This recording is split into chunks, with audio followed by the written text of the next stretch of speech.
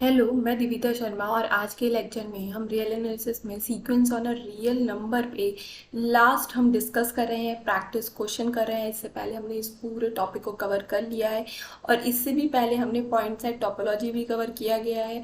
तो उसके पूरे सीक्वेंस में आपको लेक्चर एंड इसके भी पूरे सीक्वेंस में लेक्चर आपको लिंक में आई बटन में दोनों में ही प्रोवाइड हो जाएंगे। प्ले लिस्ट के अंदर जाके आप देख सकते हैं पूरे बिल्कुल एक लाइन से आपको सारे लेक्चर मिल जाएंगे। तो अगर कुछ भी डाउट आ रहा है आपको क्वेश्चन अटेम्प्ट करने में या इस टॉपिक से रिलेटेड कुछ भी पढ़ना है तो आप प्लेलिस्ट को रिफर कर सकते हैं। तो स्टार्ट करते हैं फर्स्ट क्वेश्चन के साथ। देखिए यहाँ पे क्या लिखा हुआ है, एक ए एन सीक्वेंस लिखी हुई है जो कि किस तरीके से है, जब भी एन इवन होता है तो ये क्या दे रही है, 1 + 1 में एन दे रही है, और जब भी एन ऑड होता है तो 1 - 1 में एन दे रही है। इसका मतलब है यहाँ a2n की वैल्यू हमेशा 1 + 1/n है और यहाँ a2n-1 की वैल्यू हमेशा 1 - 1/n है। तो आपको यहाँ देख के समझ में आ रहा है कि ये जो a2n है एंड a2n-1 आर कॉम्प्लीमेंट्री सब सीक्वेंस, कॉम्प्लीमेंट्री सब sequence of what, of A n.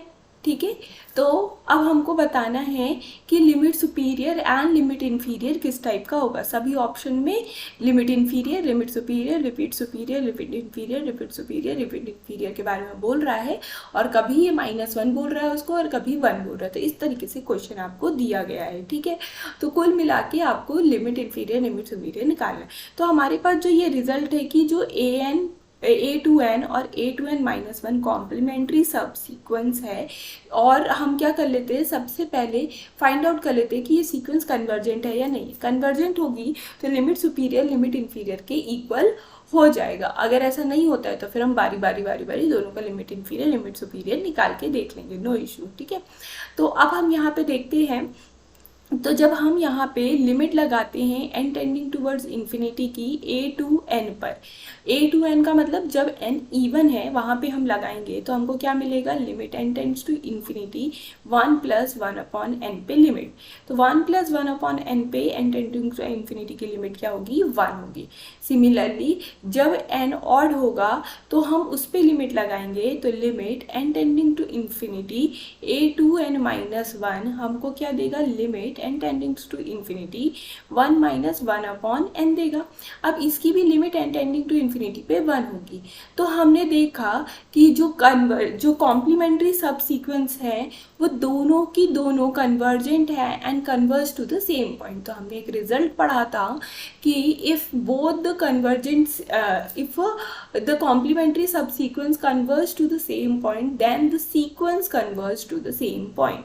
अगर कॉम्प्लीमेंट्री सब सीक्वेंस अगर सेम लिमिट पॉइंट पे कन्वर्ज करती है तो हमारी पूरी की पूरी सीक्वेंस भी उसी लिमिट पॉइंट पे कन्वर्ज करेगी, है ना। तो यहाँ पे मेन हाईलाइटेड वर्ड है कॉम्प्लीमेंट्री। अगर ये सब सीक्वेंस कॉम्प्लीमेंट्री नहीं होती तो कोई गारंटी नहीं थी कि दो सब सीक्वेंस कन्वर्ज कर रही है एक पॉइंट पे तो सीक्वेंस भी कन्वर्ज कर जाएगी सेम पॉइंट पे। बट सिंस ये दोनों ही सब सीक्वेंस कैसी है, कॉम्प्लीमेंट्री है, तो इसका मतलब है जो हमारा जो आंसर आने वाला है जो कन्वर्जेंट है, मतलब यहाँ पे हम देख पा रहे हैं कि limit n tending to infinity पे an कहाँ कन्वर्ज कर रहा है, 1 पे, by the result that is the complement subsequence converge to the same point then the sequence converge to the same point.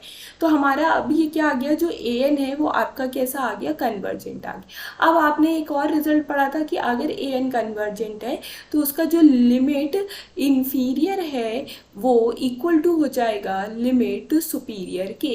तो इससे हमारा ये जो थर्ड ऑप्शन है ये सही हो जाएगा, क्योंकि यहाँ देखिए limit inferior is equal to में लिमिट सुपीरियर दिया हुआ है and both are equal to 1, तो कन्वर्जिंग पॉइंट के इक्वल होते हैं। तो यहाँ पे ये 1 के इक्वल भी आ रहे हैं। तो राइट आंसर आपका क्या हो जाएगा, यहाँ पे ये वाला सी ऑप्शन हो जाएगा। तो इस तरीके से आपको अप्रोच करना है क्वेश्चन को, इस तरीके से आपको क्वेश्चन के बारे में सोचना है। ये इंपॉर्टेंट है कि आपको अप्रोच कैसे करना है, आंसर तो आप फिर भी कहीं से भी निकाल लेंगे। ठीक है, अब देखिए यहाँ पे ए एन हमको क्या दिया हुआ है नेक्स्ट क्वेश्चन में, ए एन एक सीक्वेंस है ऑफ द पॉजिटिव टर्म, तो ये पॉजिटिव टर्म की सीक्वेंस है। अब हमको यहाँ ऑप्शन में क्या बोल रहा है, limit A N plus one upon में ए n is greater than the supremum of A N plus one upon में ए एन की लिमिट, ठीक है। फिर यहाँ पे A N plus one upon में ए एन की limit is greater than equal to the supremum of limit A N whole to the power one by N. फिर थर्ड में क्या बोल रहा है, limit A N whole to the power one by N is less than the limit superior of the A N plus one upon में ए N. ऐसे ही limit superior of the A n one upon में n is less than equal to the limit A N plus one upon में A N. तो हमको कुल मिला के लिमिट सुपीरियर लिमिट सुपीरियर की बात करनी है और किन के, या फिर नॉर्मल लिमिट की बात करनी है किन के, A N plus one upon में ए एन या फिर ए एन की पावर में वन बाई एन, ठीक है। तो हमने एक रिजल्ट पढ़ा था, if the limit of n tending towards infinity a n plus 1 upon में a n exist implies जो लिमिट होगी n tending towards infinity a N plus upon में ए एन की वो इक्वल टू हो जाएगी limit n tending towards infinity a N की power one upon n के। एंड जो लिमिट सुपीरियर होता है किसी भी लिमिट का, लेट से बी एन का, वो हमेशा ग्रेटर देन इक्वल टू होता है limit N tending towards infinity B N के, ठीक है। तो ये दो रिजल्ट है हमारे पास, ठीक है। अगर A N plus one upon में ए एन की लिमिट एग्जिस्ट करती है तो ये दोनों एक दूसरे के इक्वल हो जाते हैं, एंड और वो भी यहाँ पे पॉजिटिव टर्म की सीक्वेंस होनी चाहिए। और दूसरी चीज़ हमको पता है जो लिमिट सुपीरियर होता है किसी भी सीक्वेंस का वो उससे बड़ा या उसके बराबर होता है, ठीक है। तो हम इक्वालिटी का साइन कंसीडर करते हैं और देखो यहाँ पे क्या लिखा है, लिमिट सुपीरियर जो है वो लेसर देन है अपनी लिमिट से, तो ये ऑप्शन गलत हो जाता है, ठीक है। फिर इसके बाद यहाँ पे देखिए कि अब हमारा जो ए एन प्लस वन और ए एन की पावर वन अपॉन एन है ये दोनों इक्वल। अगेन हमको क्या दिया हुआ है, लिमिट सुपीरियर जो है वो इससे मतलब कैसा है आपका, बड़ा है, मतलब छोटा है, तो ये भी गलत हो जाता है। देखो अगर लिमिट एग्जिस्ट नहीं करती है तो एक बात अलग है, ठीक है, बट लिमिट एग्जिस्ट करती है तो ये ऑप्शन ऑलरेडी गलत हो जा रहे हैं। तो हम दोनों ही केस में देखना है, जब लिमिट एग्जिस्ट करेगी किसकी, A N plus one upon में ए एन की, अगर लिमिट एग्जिस्ट करती है तो हमको भी केस देखना है, और अगर इसकी लिमिट एग्जिस्ट नहीं करती है तो भी हमको केस देखना है। जब लिमिट एग्जिस्ट करते पे ही ये डिस्कार्ड हो रहा है तो नॉन एग्जिस्ट की तो बात ही नहीं आती, वो बाद में देखेंगे, जहाँ पे होल्ड करेगा वहाँ देखेंगे, है ना। तो अब यहाँ पे देखो जो लिमिट इसकी जो लिमिट है वो कैसी है, लेस देन है लिमिट सुपीरियर ऑफ इसके, ठीक है। तो ये हो सकता है, ठीक है। अब यहाँ पे क्या आ रहा है कि ये इसकी जो लिमिट सुपीरियर है सॉरी, अब जो इसकी लिमिट सुपीरियर है वो कैसी है, लेस देन है इसके, तो अगर लिमिट एग्जिस्ट कर जाती है तो ये वाला केस भी होल्ड नहीं होता है। तो सिंगल केस बचा है, अगर डबल केस बचते हमारे पास तो हम यहाँ पे दो अगर हमारे ऑप्शन बचते तो हम चेक कर लेते कि अगर A N plus one upon में ए एन की लिमिट एग्जिस्ट नहीं करती है तो क्या होगा, बट यहाँ सिंस एक ही ऑप्शन बच रहा है ना, एग्जिस्टेंस वाली केस को अगर हम लेके चल रहे हैं तो ये हमारा पर्टिकुलरली ऑप्शन नंबर सी क्या हो जाएगा, सही हो जाएगा। तो होप आपको समझ में आया होगा। ये दोनों रिजल्ट हमने यूज़ किए हैं, इन दोनों रिजल्ट की हेल्प से हमने फाइंड किया है, ठीक है। एक तो ये दोनों की लिमिट क्या होती है, इक्वल होती है if the limit of A N plus one upon में ए एन एग्जिस्ट करता है, और दूसरा सुपीरियर की जो लिमिट होती है वो always greater than equal to the limit of the sequence होती है, ठीक है। ये आ गया हमारा। अब नेक्स्ट क्वेश्चन आ जाते हैं हम। नेक्स्ट क्वेश्चन में हमको दिया हुआ है कि एक ए एन, एक बी एन, एक सी एन, ये तीन सीक्वेंस हैं आपकी किसकी, रियल नंबर की, ठीक है। और ये सीक्वेंस कैसी है आपके पास, जो ए एन है वो इक्वल टू है जो बी एन है वो इक्वल टू है ए टू एन के, मतलब जब इवन पोजीशन आ रही है ए एन की तब ये किसके इक्वल आ रहा है, बी एन के। मतलब हमने बी एन एक सब सीक्वेंस बनाई है ए एन की, इसका मतलब है this implies B N is a sub sequence of A N, ठीक है। तो बी एन क्या है, ए एन की सब सीक्वेंस है व्हेन जब ए एन में क्या होगा, एन कैसा होगा, इवन नंबर होगा। ऐसी सिमिलरली जो सी एन है वो कैसी है, 2n+1 का जो है, तो यहाँ पे दिस एम्प्लाइज जो सी एन है वो जो सीक्वेंस बन रही है is a sub sequence of A N. अब ये कैसी सब सीक्वेंस है, व्हेन एन कैसा हो रहा है आपका, ऑड आ रहा है, फाइनाइट पहला पॉइंट छोड़ के, मतलब A1 को छोड़ के बाकी जितने भी ऑड्स आ रहे हैं वो सब यहाँ पे इंक्लूडेड है, A1 इंक्लूडेड नहीं है इसके अंदर, ठीक है, A1 नहीं है, बाकी सब, क्योंकि n 1 रखेंगे तो 3 दे देगा ना, तो इसलिए A1 इंक्लूड नहीं है, बाकी उसके बाद A3, A5, A7 and so on, ये सारे ऑड इसमें इंक्लूड है Cn के अंदर। तो ये दोनों ही सब सीक्वेंस है, एक इवन पे है एक ऑड पे है, तो इसका मतलब है दिस एम्प्लाइज ये दोनों ही सब सीक्वेंस कैसी हैं, कॉम्प्लीमेंट्री सब सीक्वेंस है, ठीक है, कॉम्प्लीमेंट्री सब सीक्वेंस ऑफ ए एन, ठीक है। तो आपको यहाँ तक समझ में आया कि कॉम्प्लीमेंट्री सब सीक्वेंस क्यों बन गई। अब हमको बोला है कि जो ए एन है वो कैसा है, कन्वर्जेंट है। यहाँ पे दिया हुआ है कि जो आपका ए एन है वो कन्वर्जेंट है।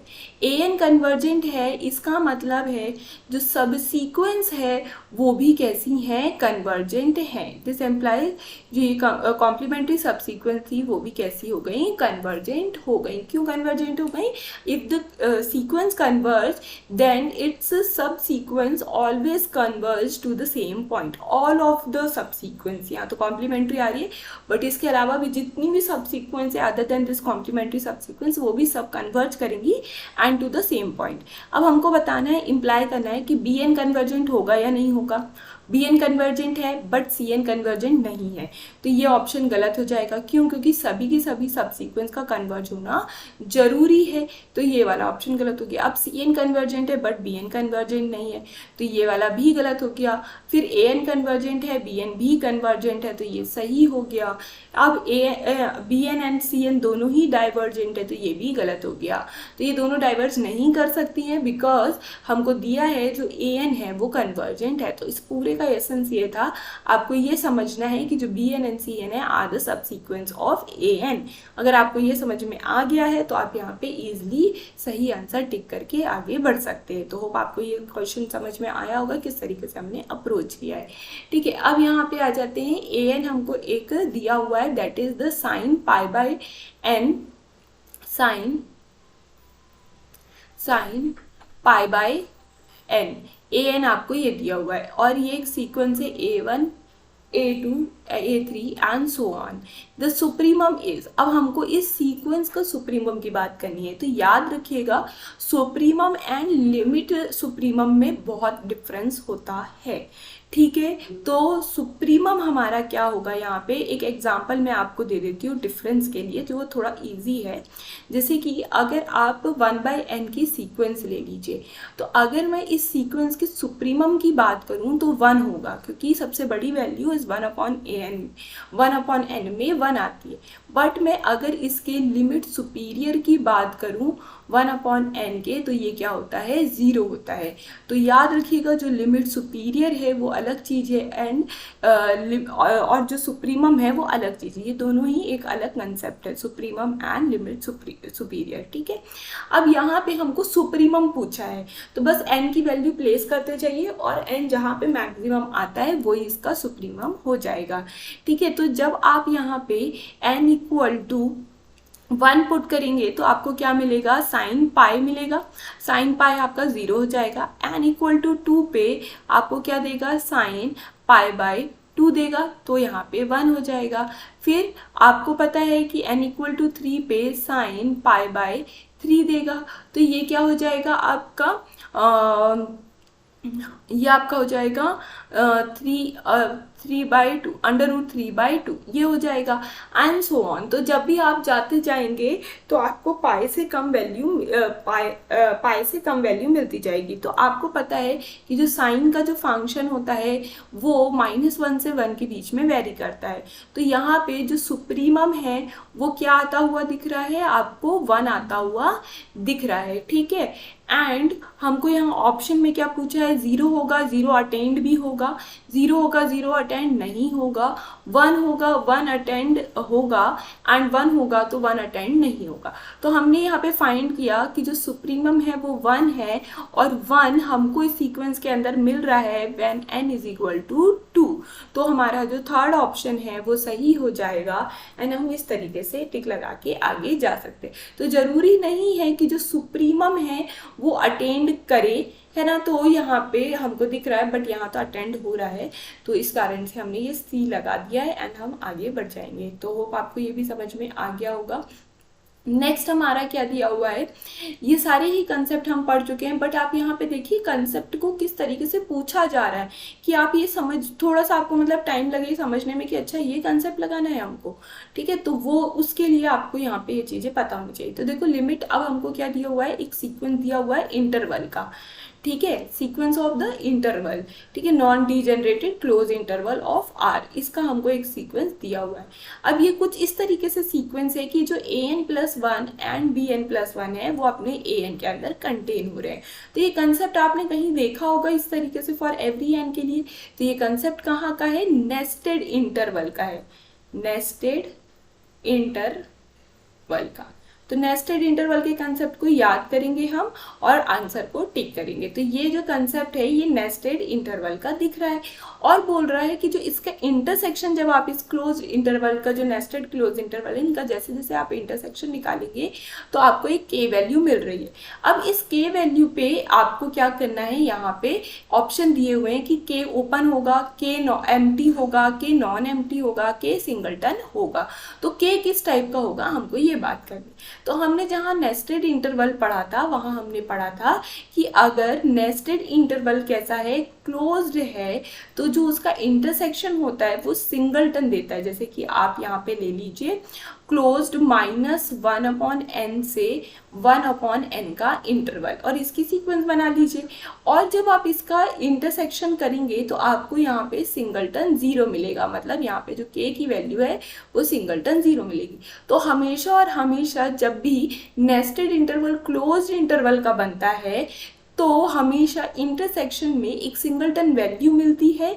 सिंगलटन वैल्यू मिलने के कारण ये जो के आपको मिलता है ये क्लोज्ड मिलता है, और यहाँ पे देखिए ओपन है, ओपन नहीं है, एम्प्टी है, एम्प्टी नहीं है, यहाँ पे नॉन एम्प्टी है, यस नॉन एम्प्टी, क्योंकि एक वैल्यू हमको मिल रही है दैट इज द सिंगलटन 0, और यहाँ पे ये हमेशा और हमेशा सिंगलटन मिलेगा, हाँ हमेशा और हमेशा सिंगलटन मिलेगा। तो इस तरीके से हम बता सकते हैं नेस्टेड इंटरवल का कंसेप्ट रिवाइंड करके, याद करके, ठीक है। बट अगर यहाँ पे जो सीक्वेंस होती वो क्लोज्ड की जगह किस तरीके की होती, आपकी ओपन की होती, तो फिर आपके आंसर ये टिक नहीं होते, वहाँ जरूरी नहीं है सिंगलटन मिले, एम्प्टी सेट भी मिल सकता है। तो इस तरीके से आपका ये हो जाता है। फिर इसके बाद यहाँ पे आ जाते हैं, हमारे पास एक सीक्वेंस दी हुई है √7 plus √7 plus √7 plus √7 and so on. अब आपको बताना है कि ये सीक्वेंस कहाँ कन्वर्ज कर रही है। तो सिंपल है, यहाँ पे आपको किस तरीके की सीक्वेंस मिल रही है, आपको यहाँ पे देखने को मिल रहा है √7 प्लस में √7 प्लस में √7 एंड सो ऑन, ठीक है। तो यहाँ ले लीजिए, लेट आप मान लीजिए कि जो सीक्वेंस है वो कन्वर्ज कर रही है टू द एल पॉइंट, ठीक है। तो हम यहाँ पे क्या लेंगे, 7 प्लस √L आ जाएगा आपका, ठीक है, और ये भी किसके इक्वल होगी, L के इक्वल होगी, क्योंकि ये भी कन्वर्ज कर रही है और ये इसका सब पार्ट है, ये भी L के अंदर कन्वर्ज होगा।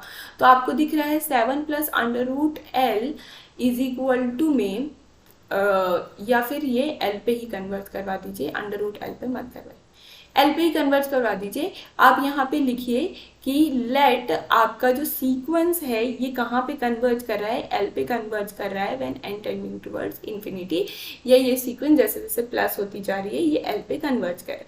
तो सिमिलरली आपको ये मिल जाएगा √7 plus L is equal to में L। तो आप स्क्वायरिंग करिए बोथ साइड में, तो ये L स्क्वायर मिल जाएगा, तो L स्क्वायर माइनस में L प्लस में 7 इज इक्वल टू में 0। इसको आप स्प्लिटिंग से या किसी भी तरीके से आप इसकी की वैल्यू निकाल लीजिए। तो हम यहाँ पे डिस्क्रिमिनेंट वाला फॉर्मूला लगा लेते हैं, minus B plus minus under root B square minus में 4ac अपॉन में 2a। ये फॉर्मूला होता है, एल का वैल्यू निकाल लेंगे इससे हम, ठीक है। यहाँ पे अगर आप स्प्लिटिंग नहीं कर पाते हैं तो ये डिस्क्रिमिनेंट का फॉर्मूला लगा के आप निकाल सकते हैं, ठीक है। तो यहाँ जो b है दैट इज द -1, तो मतलब +1 हो जाएगा, प्लस माइनस 1 का स्क्वायर मतलब 1 माइनस 4 इंटू में a आपका 1 है, c आपका क्या है 7 है, ये आ जाएगा, एंड अपॉन में 2 इंटू में 1 दैट इज में 2। तो यहाँ आ जाएगा आपका 1 प्लस माइनस यहाँ पे क्या आएगा आपका 7 इंटू 28 माइनस 1 करेंगे तो आपको कितना मिल जाएगा 27, वो भी माइनस का 27 आपको यहाँ पे देखने को मिल रहा है।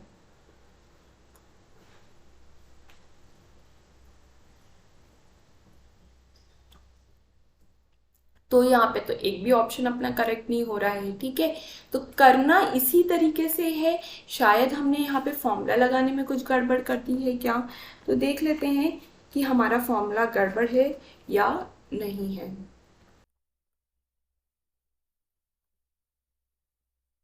हाँ जी, तो हमारे को मैंने ये मिस्टेक कर दी थी, सॉरी फॉर दैट, है ना। तो ये मिस्टेक है, मैं आपको बता देती हूँ, ये येलो कलर से हाईलाइट कर रही हूँ, ये इक्वेशन बनाने में मैंने मिस्टेक कर दी है। अब यहाँ पे क्या करना है हमको, ये इक्वेशन बनाने में क्या मिस्टेक की है मैंने, माइनस का साइन गलत ले लिया है, हमको इसको भी इधर शिफ्ट करना है एंड इसको भी इधर शिफ्ट करना है। तो हमारी इक्वेशन बनेगी l² माइनस में l माइनस में 7 इज इक्वल टू में 0, ये बनेगी आपकी इक्वेशन, ठीक है। इससे जब आप यहाँ पे ये वाला फॉर्मूला लगाएंगे डिस्क्रिमिनेंट फॉर्मूला, तो क्या आएगा ये देख लेते हैं, ये हटा देते हैं, हम फिर से देख लेते हैं इसको, सॉरी कभी कभी हमसे भी गड़बड़ हो जाती है, नो इशू, ठीक है। तो ये करेक्ट कर लिया हमने। अब यहाँ पे हम ये फॉर्मूला लगाएंगे तो अब हमारा ये जो ये गलत है, तो अब हमारा जो b है दैट इज द -1 सेम, तो ये +1 हो जाएगा, प्लस माइनस यहाँ पे आपको क्या मिलेगा b² आपका क्या हो जाएगा यहाँ पे b² दैट इज -1 का स्क्वायर मतलब 1 माइनस 4 इंटू a मतलब 1 एंड c क्या है आपका -7 है, ठीक है, अपॉन में 2 आपका चलेगा एंड a आपका 1 है, ठीक है। तो 1 प्लस माइनस ये क्या मिल जाएगा आपको 1 प्लस 28 दैट इज द 29, है ना, अपॉन में 2।